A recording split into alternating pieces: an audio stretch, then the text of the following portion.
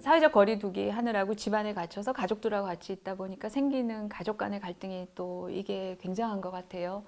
외국의 연구에 벌써 그런 거 나오더라고요. 이혼율이 높아진다. 막 너무 밀접하게 같이 집안에 있다 보니까 그런 사연들 또 많았어요. 한번 같이 그 얘기 좀 해봤으면 좋겠어요.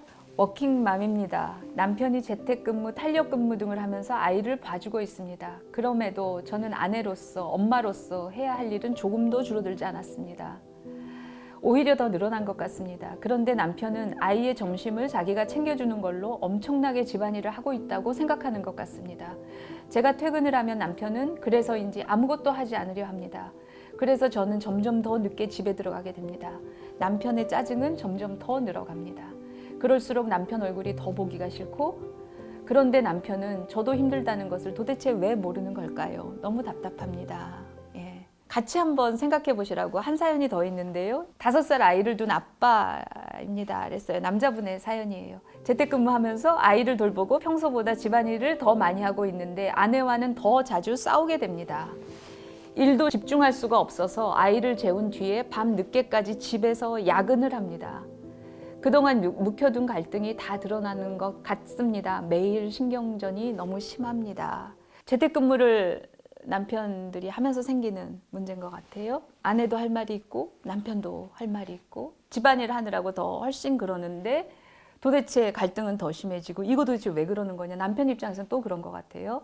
그래서 일은 거의 집에 있으면서도 야근한다 이렇게 표현을 할 만큼 일은 더 하는데 왜 나한테 더 불만이 많지? 이거 뭐지? 가해자 없는데 피해자만 더 늘어난 것 같이 지금 그런 상황인 것 같아요. 왜 이런 일이 벌어지냐면 남편이 자기가 힘든 거에 매몰이 돼 있어서 그런다. 자기 고통에 이렇게 집중하고 있기 때문에 사실은 자기가 먼저 이해를 받고 싶은 마음이 한보따리니까 아내가 어떤지 이렇게 바라볼 수 있는 상황이 아닌 것이죠. 근데 아내 입장에서는 남편이 어떻든 간에 자기는 지금 또 그냥 요만큼 도와주고 이만큼 더 일을 만드는 것 같은 느낌을 받아서 자기는 그것 때문에 고통이 더 있잖아요. 그 고통에 또 몰입이 돼 있으니까 남편이 이렇게 생각할 수도 있다. 낮에도 일하고 밤에는 딴집 남자 얘기지만 밤에는 나는 야근까지 한다. 집에 있으면서 이렇게까지 생각하고 있을지 여자 입장에서는 또 상상도 할 수 없는 거죠. 이 사람은 자기 고통에 또 집중하고 있으니까 그런 거죠. 사람이 자기 고통에 집중하고 자기 고통이 해소가 되지 않으면 상대방의 입장이나 그것을 바라볼 수 있는 기본 전제가 성립이 되지 않아요.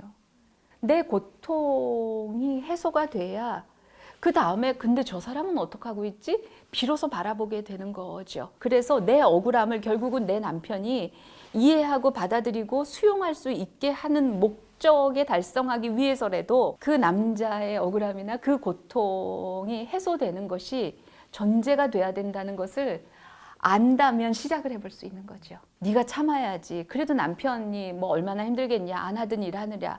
뭐 이러면 더 억울해지죠. 내 억울함은 뒤로 하고 자꾸 남편만 배려하라는 게 아니라 결국은 내 억울함이나 내 고통이나 내 갈등이나 이 피폐함을 해결하기 위한 방법이 저 사람의 고통에 먼저 주목하기 시작하는 것이다. 저 사람이 해소가 되면 그때야 비로소 내가 어떤지 들을 기회가 있고 그렇게 해야만 내 이런 불편함이나 이런 것들을 해소할 수 있다는 그 상관관계를 알면 억울하지 않게 시작할 수 있는 거죠. 사실 부인이나 남편이나 제일 힘들 때 나한테 먼저 얘기하는구나 라고 관점을 생각하고 들어가면 그 이해할 여유를 갖게 되지는 않을까요? 사람이라는 것은 정서적인 굉장한 영향을 받는 것이기 때문에 저 사람이 힘드니까 나한테 얘기하는 건지라는 것을 머리로 알고 있어도 내가 지금 힘들고 막 직장에서 쫄리고 구조조정이 있을 것 같고 곧 이런 상황에서 그런 얘기를 하면 그냥 팍 튀어나가는 게 사람인 거죠. 저 사람은 자기만 아는구나. 저 사람은 자기 고통만 있다고 생각하는구나. 내 고통은 요만큼도 생각을 안 하는구나. 이런 생각이 들 수 있고요. 그리고 말하는 사람도 내 고통이 지금 너무 크기 때문에 나는 지금 이게 너무 힘들어. 우리 얘기하다 보면 그렇게 얘기하지 않아요. 내 고통에 집중하다 보면 다른 사람의 고통은 훨씬 더 이렇게 멀게 느껴지기 때문에 내가 얼마나 힘든 줄 알아? 네가 힘든 건 별거 아니고 내가 얼마나 힘든 줄 알아? 이렇게 되면서 상대방의 고통을 평가절하하는 말로 그렇게 아마 우리는 말하고 있어요. 말하셨을 거고요. 저도 그렇게 말했을지 모르고요. 우리 모두는 내가 힘들 때는 내 힘든 것만을 말하는 게 아니라 상대방의 것을 이렇게 낮춰서 얘기하게 되면서 자기 고통을 부각시키게 되죠. 그래서 자극을 받는 거죠. 그래서 얘기를 할 때 늘상 거의 처음 만나서 처음 얘기하는 사람처럼 얘기를 해야 된다고 생각해요. 이렇게 어렵고 이렇게 예민할 때는. 오늘은 그냥 내 얘기만 좀 해볼게. 당신 힘든 거 아는데 내가 지금 그거는 지금 감당이 안 돼서 일단 오늘은 내가 얼마나 힘든지 그 얘기만 해볼게. 좀 들어줄래? 그러면 자기가 이렇게 자기 방어벽을 만들고 응할 수 있는 거예요. 저 사람이 나를 상처받게 하거나 내 고통은 아무것도 아니래서가 아니라 저 여자 무슨 일이 있네 오늘. 회사에서 무슨 일이 있었네. 저 남자 오늘 상사한테 어떻게 됐나 보네. 네, 회사가 심상치 않나 보네. 그래서 저런가 보네. 나에 대한 비난이 아니라 저 사람의 문제라고 이렇게 구획화할 수 있잖아요. 그러면 이 사람이 자기 방어벽을 치고 이렇게 딱 임할 수 있게 내가 먼저 말해야 되는 거예요. 근데 그게 오늘 말하고 내일 그런 일이 있을 때 다시 또 말하고 얘기해야 된다고 저는 생각해요. 결혼 주례 때 들었던 말로 평생 가지 않잖아요. 예, 어제 그렇게 얘기했다 그래서 아, 저 사람이 힘드니까 나한테 계속 힘들어서 오죽하면 얘기했나 그런 마음으로 일생을 버틸 수 없어요. 그럼 말할 때마다 얘기해야 돼요. 자기 보호를 위해서라도 요즘 같은 상황에서는 그런 얘기를 시시각각으로 얘기를 하고 시작을 해야 된다. 하지 마. 그럼 그때 이혼하시는. 그러면 나도 보호되고 저 사람도 보호되고 얘기할 수 있다. 그런 보호가 다 필요하다. 우리는 그런 존재라는 것을 인정해야 한다. 철갑옷 입고 사는 것이 아니다. 지금 말씀드렸던 얘기는 우리가 극도로 부부간에 갈등이 있었을 때 이럴 때도 똑같이 적용이 되는 얘기예요. 극단적으로 부딪혔을 때. 근데 지금 코로나 상황에서는 우리 일상이 다 사르르름판 같이 사소한 것에 이럴 수 있는 확률이 일상적으로 다 높아져 있는 상태죠. 일상적인 인간관계에서의 문제 해결, 부부관계에서 이런 것에 대한 훈련이 안 돼 있고 잘 그런 것들을 해본 적이 없이 거리를 두고 있음으로 인해서 이렇게 조금 수면 아래로 내려와 있던 문제들이 거리가 갖춰지면서 다 올라오고 있는 상황인 거죠. 하나만 더 사연을 읽어봐드릴게요. 코로나19로 아이 초등학교 입학이 미뤄지고 유치원도 연기되다 보니 친정엄마한테 아이를 부탁드렸습니다. 2주 넘게 저희 집에 와서 아이를 봐주시는데 처음에는 너무 고마웠습니다. 근데 점점 불편합니다. 생활에 대한 엄마의 잔소리가 점점 심해집니다. 장 보는 것에서부터 청소까지 이래라 저래라 말씀이 심하십니다. 마음 같아서는 이제 그만 봐줘도 된다 라고 하고 싶지만 직장에 나가야 하는 현실을 생각할 때 그러지 못하고 있습니다. 좋은 마음으로 도와주는 엄마에게 이런 감정을 느끼는 저도 너무 싫습니다. 이것도 지금 코로나 상황 때문에 더 촉발이 됐지만 우리 일상적으로 관계에서 아주 흔하게 벌어지는 문제인 거죠. 내 경계를 침범해서 엄마한테 막 화가 나는 마음도 있고요. 근데 또 엄마는 나름대로 나를 도와주려고 좋은 마음에서 하는 걸 텐데 그럼 내가 이러면 안 되지. 그래서 막 미안한 마음도 있고 마음 안에서 이렇게 싸우는 거 이런 거는 무의미해요. 끄집어내야 되는 거죠. 끄집어내서 엄마랑 얘기를 해야 되는 거죠. 어떻게 딱 정리를 하고 얘기를 해야지 그렇게 하지 말고요. 있는 그대로를 정확하게 얘기를 하는 것이 굉장히 중요하다. 예를 들면요. 엄마가 2주 동안 우리 애 봐주고 나 직장 다니면서 엄마가 봐줘서 난 너무 도움이 돼.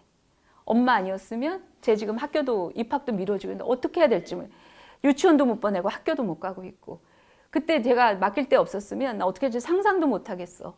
엄마가 와서 도와주는 거 너무 도움이 됐고 내가 정말 하나님 아버지 할 만큼 지금 도움이 돼. 예. 그거 너무 도움이 되는데 엄마 2주 동안 너무 도움이 되는데 그거하고는 별개로 내 마음이 지옥이야. 이렇게 얘기할 수 있는 거죠. 엄마가 그때 나한테 이런 말 했잖아. 그럴 때는 나 돌아버릴 것 같아. 옛날에 엄마가 나 어렸을 때 했던 말 다시 떠올라. 나 못 견디겠어. 그래서 나 진짜 하루하루가 2주 동안에 너무 고마운데 동시에 지옥이었어. 그리고 지옥일 때만 되면 엄마한테 또 너무 미안한 마음이 들어. 이걸 어떻게 해야 될지 모르겠어. 난 너를 위한 마음이 정확하게 얘기해야 되는 거죠. 내가 지옥에 엄마 때문에 나는 얘기를 했지만 그 앞에 엄마 때문에 내가 얼마나 도움이 됐는지 몰라. 이것도 정확하게 얘기를 하면 그때부터는 엄마가 자기 성찰을 시작하시는 거죠. 예. 그때부터는 엄마한테 공이 넘어가는 거죠. 너무 도움이 됐는데 동시에 지옥 갔대네. 그러면 이제 주춤, 멈칫하게 되는 거죠. 자기 생각을 할 수밖에 없는 거죠. 아니면 당장 딸내미가 자기 때문에 지옥이 됐다니까 엄마도 화가 나고 불끈하는 마음에 손자 받아봐야 소용도 없다. 확 그럴 수도 있어요. 그러지만 집에 들어가면 얘가 2주 동안 너무 좋았다. 이 얘기를 구구절절 했던 게 떠오르죠. 나는 아침부터 지 아빠 밥도 차려주는 둥 마는 둥 하고 허겁지겁 맨날 여기 와서 일했는데 결국 이런 소리를 듣네. 그래서 막 서운하고 노엽고 그렇지만 뭐 여러 가지 생각이 들고 또 제가 근데 또 이렇게 도움이 됐구나. 나는 이렇게 한다고 이게 무슨 도움이 될까 그랬는데 뜻밖의 내 생각보다 저게 사실은 더 도움이 됐구나. 이런 측면도 이렇게 느끼고 그러면서 이렇게 자기를 거리를 두고 성찰할 수 있게 되는 거죠. 술에 술 탄 듯 물에 물 탄 듯 아무한테도 상처를 주지 않으려는 것은 아무 임팩트도 없고 무슨 말인지도 모르고 손주 돌보느라고 일했는데 뭐 눈치를 보니까 별로 좋아하지 않는 눈치야. 이렇게밖에는 안 되고 그러면서 관계가 파괴적으로 되는 거죠. 있는 그대로 담담하게 드러내면 그 사람도 그것을 거리를 가지고 자기를 비난하는 게 아니니까 네 마음이 그렇댔는데 근데 그게 굉장히 여러 가지 마음이면 내가 비난을 당하거나 나를 막 책망하는 게 아니고 자기 마음이 그렇다니까 그러면 이 사람 엄마 입장에서도 그 감정을 이렇게 드러내놓고 이렇게 볼 수 있게 되죠. 이런 시선을 이런 거리를 심리적인 거리를 가질 수 있으면 그것이 성찰이에요. 이거는 당신이 옳다에 처음부터 끝까지 계속 나오는 얘기들인 거예요. 모든 관계는 나도 있지만 너도 있고 너도 있지만 나도 있고 모든 관계를 파괴적으로 만들지 않고 잘 치유하면서도 본인들이 서로 자기 마음을 해소하고 상대방을 다치지 않게 하는 그런 과정인 거죠.